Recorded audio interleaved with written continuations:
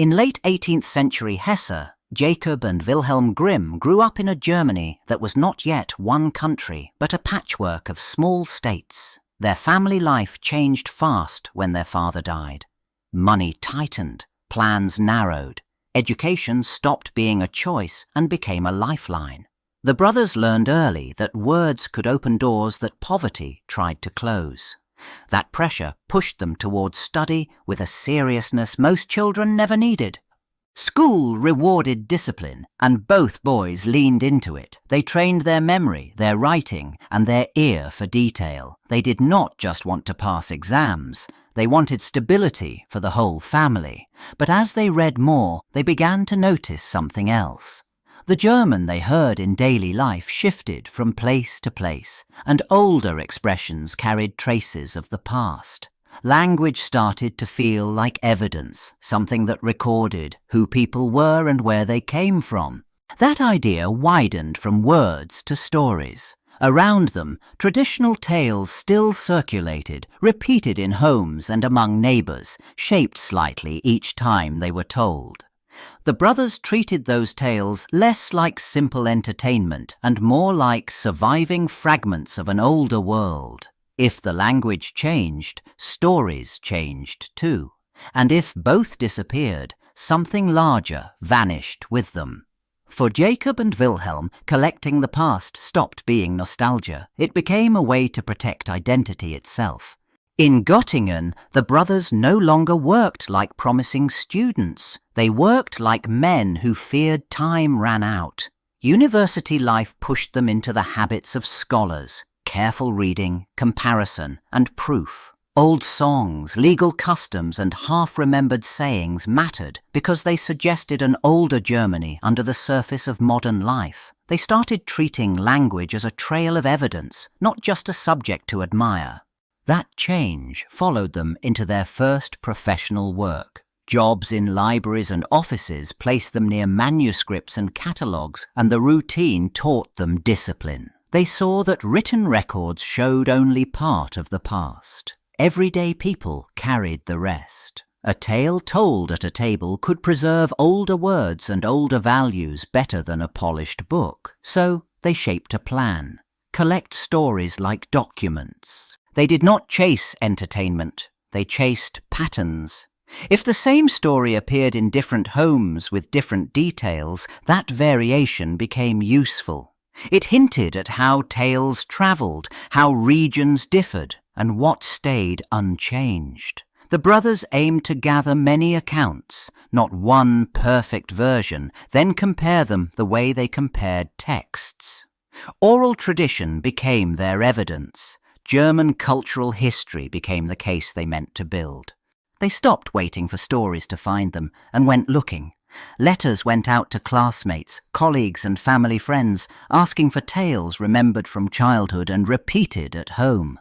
A small network formed, not of anonymous villagers, but of people who could read and write and who moved comfortably in the middle class. Names, dates and places started to matter. Collecting became a routine, not a romantic accident.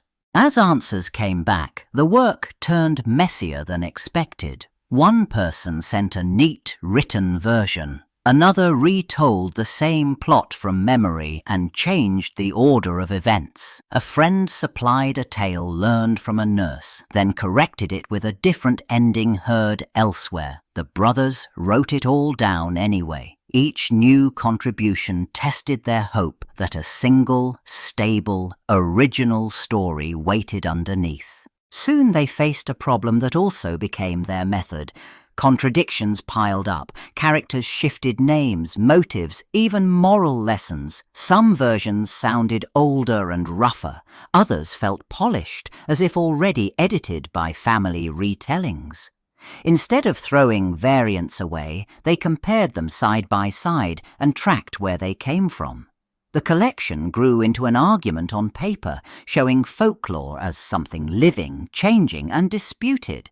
The piles of handwritten tales no longer felt like a private experiment. They had grown into something the brothers believed could prove a larger point. that old stories carried history inside them, so they made a decision that changed everything. They prepared the collection for print not as entertainment, but as evidence. That choice forced order onto messy notes, and it demanded a title, a structure, and a public claim. Turning notes into a book meant more than copying pages. They selected which versions would stand for each tale, and they arranged the material so readers could follow it as a body of tradition, not a random stack. They wrote with scholars in mind, expecting careful attention rather than casual reading. The tales still came from many voices, but now they carried the brothers' framing. Once printed, those stories stopped being temporary records. In 1812, the first volume appeared. It marked the moment their collecting became a public act, open to judgment and debate. The book offered a clear purpose: to support the study of language and culture through traditional narratives. It also created a new reality. A printed tale looked fixed even when it had once existed in competing forms. With that first release, the project moved from gathering to shaping a national archive. The first volume reached readers fast, and the response came back just as fast. Some treated it like a serious book of old tradition. Others treated it like a book of entertainment. That difference mattered. Reviews and reactions focused less on what the tales proved about history and language, and more on what the tales did to a reader, especially a young one. The brothers faced an uncomfortable fact. The public decided what the book was. Instead of arguments about sources and variants, people talked about tone. They pointed at rough jokes, blunt cruelty, and moments that sounded too earthy for polite company. The collection suddenly carried a new expectation, even if the brothers had not asked for it. It had to sound trustworthy but also acceptable, and the label of folklore raised the stakes. If these stories represented the people, then any harshness inside them looked like a choice. That pressure pushed the brothers into a new kind of work. They had to think about audience as much as evidence. They weighed each phrase for how it would land, not only how it was found. And they faced a harder question: what counted as authentic folklore once a printed book reshaped the material? Was authenticity in the exact wording they heard, or in the deeper plot they believed was old? They began to adjust their aim. Across the next editions, the brothers stopped treating the book like a bundle of field notes and started treating it like a work that had to guide its readers. They revised wording again and again, smoothing rough phrases, tightening plots, and making motives easier to follow. The tales sounded less like overheard speech and more like crafted narration. This shift changed everything. The collection moved closer to a book people read for meaning, not just for record. With that came a clearer moral frame. Christian language appeared more often, and right and wrong got sharper edges. Good behavior looked rewarded, bad behavior looked condemned, and the stories carried lessons that felt unmistakable. At the same time, poetic style rose in importance. Repetition became more deliberate, images more polished, and endings more final. The tales kept their old bones, but the brothers' revisions pushed them toward a single, approved direction. Some of the biggest changes happened around sex and violence, but not in the way modern audiences expected. Sexual material got softened, disguised, or removed, especially when it involved desire inside the family or before marriage. Yet punishment often intensified. Cruelty, humiliation, and death stayed, and in places they became more explicit, as if moral clarity demanded a heavier price. The result felt cleaner on the surface, but harsher in consequence. The collection did not stay fixed after the first editions. It grew like an archive that kept demanding new draws. The brothers added fresh tales as new people came forward and as old contacts remembered more. Each edition changed the balance of the whole book. A volume that had looked like a snapshot of tradition started to behave like a living file, always open, always revised. As the stack of material rose, the brothers stopped treating each telling as a separate piece. They compared versions, lifted the strongest scenes, and stitched them into a single, cleaner line. Sometimes the final tale did not match any one voice they had heard. It matched their judgment. The archive still held the messy variants, but the published pages increasingly presented one story as if it had always existed that way. And the sources did not stay purely oral or purely local. Printed books fed back into memory, and familiar plots crossed borders with travellers' trade and translations. Stories from France, Italy, and beyond slipped into German telling, then returned in new forms. That reality broke the comforting myth of simple peasant stories written down. What the Grimms built had looked traditional, but it had been assembled inside a wider, moving cultural traffic. As the tales kept growing, the brothers' lives widened beyond the book. They built reputations as leading scholars of German language and early literature, treating words like clues to a shared past. That work pulled them into public debates about culture and education, and it turned them from quiet collectors into visible authorities. The collection no longer looked like one project among many. It started to look like a national statement. Politics pushed that transformation further. When they took public stands and faced consequences for it, their names carried a new kind of weight, tied to ideas of rights, loyalty, and the future of German states. Their scholarship and their civic role blended together. People did not just read the tales for entertainment or even for history. They read them as proof of who belonged, what counted as truly German, and what values should endure.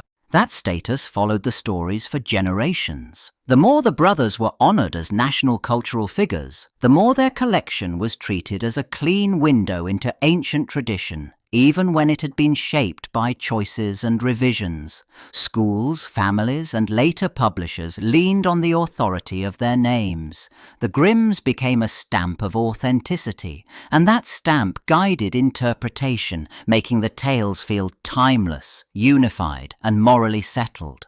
By the late 1800s, the tales no longer travelled mainly as books for scholars. They moved as translations, and translation meant choice. Certain words sounded too harsh, certain endings felt too bleak, and whole passages shifted to fit new readers. Illustrations then did another kind of editing. Artists decided what a witch looked like, how innocent a child seemed, and what danger could be shown without causing alarm. The stories started to feel fixed, even when the text kept changing. Publishers followed the market and aimed the collection straight at families. New editions highlighted bedtime reading, good behaviour, and clear moral lessons, even when the older versions stayed rougher and stranger. Covers used the brothers' name like a guarantee, a stamp that promised safe tradition. Schools, gift books, and holiday printings spread that stamp fast. The result mattered. Many people learned a simplified Grimm that matched the brand, not the pages the brothers had actually written.